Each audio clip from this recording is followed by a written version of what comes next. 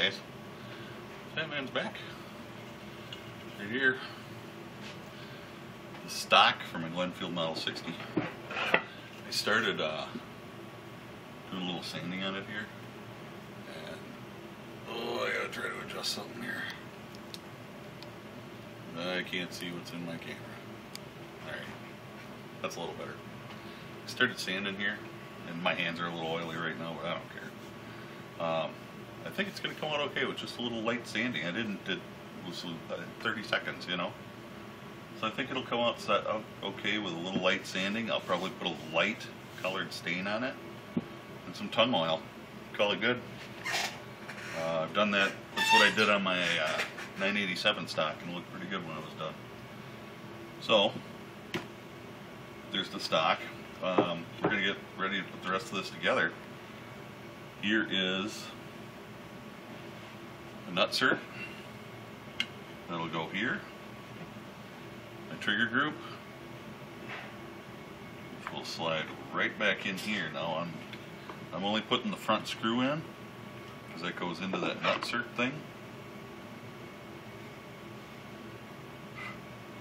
One disadvantage to a magnet bar is that you'll pick up every little piece of metal.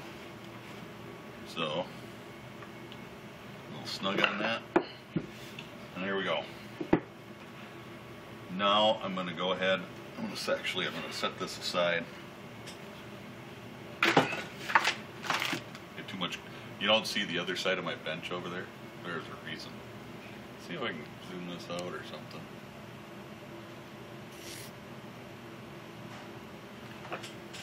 Is that all the way zoomed out? Alright, well, that's what we're going to get. This dovetail. Now remember, we cleaned up a lot of rust on this. There was actually, on the sight, right there, in that little dip, it was just rust. Cleaned it up, steel wool and oil, a little 600 grit to get the pits out, and some cold blue, and it looks great. So it goes in, the actual sight goes to the back, and there should be pretty much one way that it goes in. I'm thinking it comes in from that side. Yep. So bring it in. Now I don't want to see that's going to rub back there, and I don't really want to scratch it if I don't, to avoid it. So we'll take a piece of masking tape. I'm just going to go right there, hold it there for the time being, just so it doesn't scratch. I'm going to lay it down.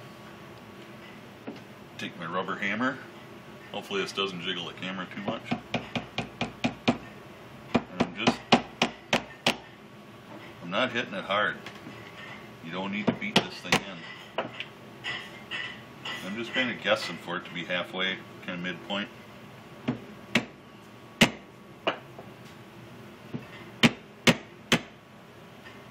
seems to be it. I'm going to pry up on here with my fingernail. Get rid of my tape. This is the elevator, which controls your elevation of your sight. Now it'll go in to the slot right here in the back of the sight. And I'm just going to stick it in the middle for the time being. Now we're here. In the front sight, I didn't have to do anything to. The front sight's aluminum. All I got is the screw. So we're going to drop our screw back in. And line up our hole with our screw and screw her down. Snug it up a bit. And that is getting our sights back in. Our receivers all back together. Now we're going to put the receiver into the stock.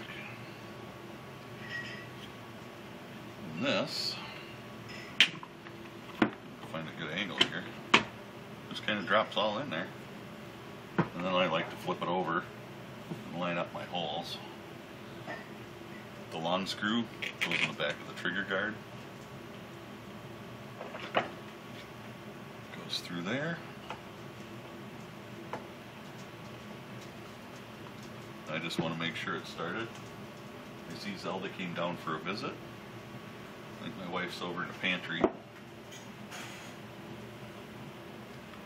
And put this other screw in.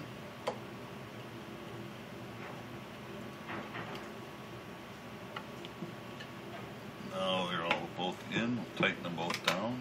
Oops. Throw my screwdriver. And there we go. All back together. Ready to put our guide rod back in. And that's it. So, stay safe. God bless. Get back to you when we're ready to go to the range. Have a good day.